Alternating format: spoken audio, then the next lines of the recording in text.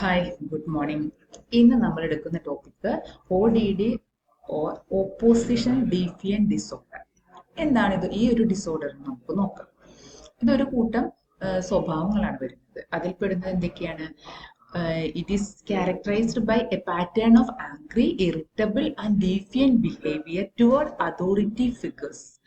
ഒരു കൂട്ടം സ്വഭാവങ്ങളാണ് ഇതിൽ പറയുന്നത്. ആംഗ്രി ആയിട്ട് ഭയങ്കര ദേഷ്യക്കാരായിരിക്കും. അതുപോലെ എപ്പോഴും അവർ അസ്വസ്ഥമായിക്കൊണ്ടിരിക്കും. ചുറ്റുപാടുകളിൽ അവരെ നോക്കിക്കഴിഞ്ഞാൽ അവർ ഏത് നേരം എന്തൊരു അവസ്ഥയാണെങ്കിലും അവർക്ക് ഇറിറ്റേഷൻ ആയിരിക്കും. അതുപോലെ അതോറിറ്റി മൈൻഡ്, അതായത് ഇപ്പോൾ പേരൻസ് ആവും അതോറിറ്റി ആയിട്ടുള്ളത്, സ്കൂളിൽ ആരെങ്കിലും ആയിരിക്കാം, ടീച്ചേഴ്സ്, ഇങ്ങനെ അതോറിറ്റി ഉള്ള എല്ലാവരോടും അവർക്ക് ദേഷ്യമായിരിക്കും. അവർ പറയുന്ന ഒന്നും ഇവർ അനുസരിക്കില്ല. It can impact school and family life. ഇവർ ഫാമിലി ലൈഫിലായാലും അതുപോലെ സ്കൂളിലായാലും ഇവർ പ്രശ്നക്കാരായിരിക്കും.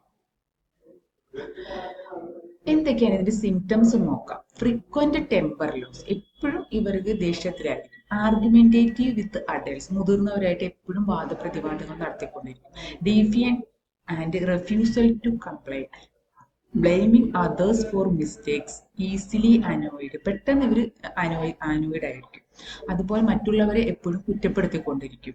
ഇവർ എല്ലാം നല്ലത് നമ്മൾ നേരത്തെ പറഞ്ഞ കണ്ടക്ട് ഡിസോർഡറിന്റെ ഇത് കൂടി, അതായത് ODD കൂടി വന്നിട്ടുണ്ടെങ്കിൽ കണ്ടക്ട് ഡിസോർഡറിലേക്ക് പോകാനുള്ള ചാൻസസ് ഉണ്ട്.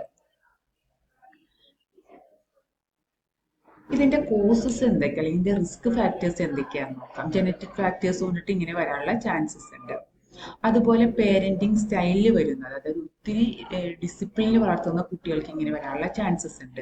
ഫാമിലിയിൽ ഉണ്ടാകുന്ന എന്തെങ്കിലും പ്രോബ്ലംസ്, അതായത് ഫുൾ ടൈം ഇങ്ങനെ കോൺഫ്ലിക്റ്റ് ഉള്ള ഒരു ഫാമിലി, അതുപോലെ ബ്രോക്കൺ ഫാമിലീസിൽ വരുന്ന കുട്ടികൾക്കൊക്കെ ഈ പറയുന്ന ODD വരാനുള്ള ചാൻസസ് ഉണ്ട്. എൻവയോൺമെന്റൽ സ്ട്രെസ്, അത് നമ്മൾ ഈ പറഞ്ഞ ഫാമിലിയിൽ ഉണ്ടാകുന്നതാകാം, അതല്ലെങ്കിൽ അവരുമായിട്ട് ബന്ധപ്പെടുന്ന ആളുകളിൽ വരുന്ന പ്രോബ്ലംസ് കൊണ്ടിട്ടായിരിക്കും. ഇപ്പൊ പിയർ ഗ്രൂപ്പിൽ വരുന്ന ആൾക്കാർ അതുപോലത്തെ കുട്ടികളാകുന്നുണ്ടെങ്കിൽ അതിൽ നിന്ന് പ്രചോദനം ഉൾക്കൊണ്ടുവരാനുള്ള ചാൻസസ് ഉണ്ട്.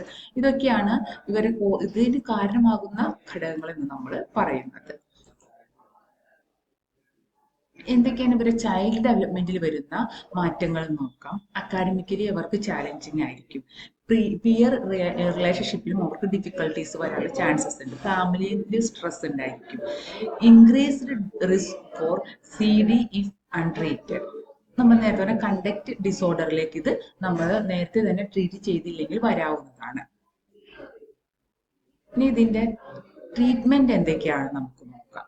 പാരന്റ് മാനേജ്മെന്റ് ട്രെയിനിങ്, പാരന്റിന് നമുക്ക് ട്രെയിനിങ് കൊടുക്കാം അവരെ മാനേജ് ചെയ്യാനായിട്ട്. ബിഹേവിയറൽ തെറാപ്പിയിലൂടെ കുറച്ച് മാറ്റങ്ങൾ വരുത്താൻ സാധിക്കും. സോഷ്യൽ സ്കിൽസ് ട്രെയിനിങ് ഇവർക്ക് കൊടുക്കാൻ പറ്റും.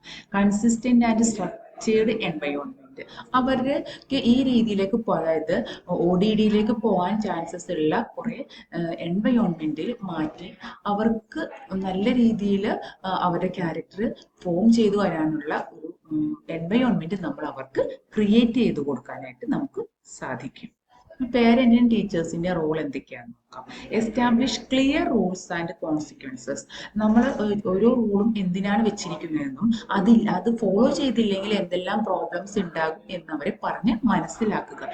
യൂസ് പോസിറ്റീവ് റീഇൻഫോഴ്സ്മെന്റ് കൊടുക്കുക നമ്മൾ അവർക്ക്. മെയിൻറ്റെയിൻ ഓപ്പൺ കമ്മ്യൂണിക്കേഷൻ, അവരുമായിട്ടൊരു ഓപ്പൺ കമ്മ്യൂണിക്കേഷൻ നമ്മൾ നിലനിർത്തി കൊണ്ടുപോകുക. കൊളാബറേറ്റ് വിത്ത് പ്രൊഫഷണലുമായിട്ട് നമുക്ക് സംസാരിക്കാൻ പറ്റും.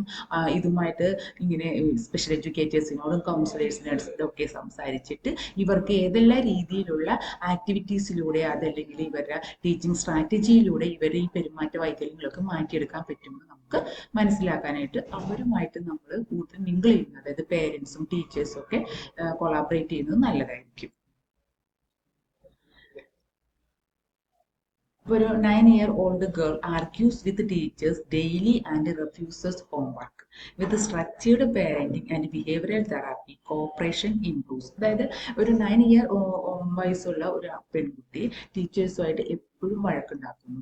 അവർ പറയുന്നത് അനുസരിക്കാതിരിക്കുന്നു, ടീച്ചേഴ്സ് പറയുന്നതിന് എതിര് പറയുന്നു, ഹോംവർക്ക് ചെയ്യാതിരിക്കുന്നു. ഇങ്ങനെ കണ്ടിന്യൂസ് ആയിട്ട് ചെയ്യുന്നതിലൂടെ നമുക്ക് അവർ മനസ്സിലാക്കാൻ പറ്റും ഇവർക്ക് ODD ഉണ്ടോ ഇല്ലയോ എന്നുള്ളത്. ODD ആണോ എന്നുള്ളത് ചിലപ്പോൾ അത് കണ്ടക്ട് ഡിസോർഡറും ആയിരിക്കാം. എങ്കിലും നമുക്കൊരു സ്പെഷ്യൽ എഡ്യൂക്കേറ്ററുടെ ഒക്കെ ഒരു സഹായത്തോടെ നമുക്ക് ഈ കുട്ടിക്ക് എന്താണ് ആക്ച്വൽ പ്രോബ്ലം അതിലുള്ള കൗൺസിലറിന്റെ സഹായത്തോടെയൊക്കെ മനസ്സിലാക്കാനായിട്ട് സാധിക്കും. അപ്പോൾ അവർക്ക് പേരന്റിങ്ങിലൂടെ നല്ലൊരു സപ്പോർട്ടീവ് ആയിട്ട് ഒരു പേരൻസ് റിലേഷൻഷിപ്പിലൂടെ കൗൺസിലിങ്ങിലൂടെയും ടീച്ചർ റിലേഷൻഷിപ്പിലൂടെയും അതുപോലെ ബിഹേവിയർ തെറാപ്പി കൊടുക്കുന്നതിലൂടെയൊക്കെ നമുക്ക് ഇവർക്ക് മാറ്റങ്ങൾ കൊണ്ടുവരാനായിട്ട് സാധിക്കും. Early recognition and consistent management improve behavior and social function. നേരത്തെയുള്ള കണ്ടെത്തലിലൂടെയും കറക്റ്റ് ആയിട്ടുള്ള മാനേജ്മെന്റിലൂടെയും അവർ ബിഹേവിയറിലുള്ള പ്രോബ്ലംസ് ഒക്കെ മാറ്റി നമുക്ക് നല്ലൊരു സോഷ്യൽ ഫങ്ഷനിങ് ആയിട്ടുള്ള അല്ലെങ്കിൽ സോഷ്യലി മിങ്കിൾ ചെയ്യുന്ന രീതിയിലേക്ക് കുട്ടികളെ മാറ്റിയെടുക്കാനായിട്ട് സാധിക്കും. അതെല്ലാം നമ്മൾ നേരത്തെ കണ്ടുപിടിച്ചില്ല, ഇനിയിപ്പോൾ കണ്ടുപിടിച്ചിട്ടും നമുക്ക് അപ്രോപ്രിയേറ്റ് ആയിട്ടുള്ള കാര്യങ്ങൾ ഇവർക്ക് സപ്പോർട്ടീവ് ആയിട്ടുള്ള കാര്യങ്ങൾ ചെയ്തു കൊടുക്കാൻ പറ്റിയില്ല എന്നുണ്ടെങ്കിൽ ഇതൊരു കണ്ടക്ട് ഡിസോർഡറിലേക്കും മാറാവുന്നതാണ്.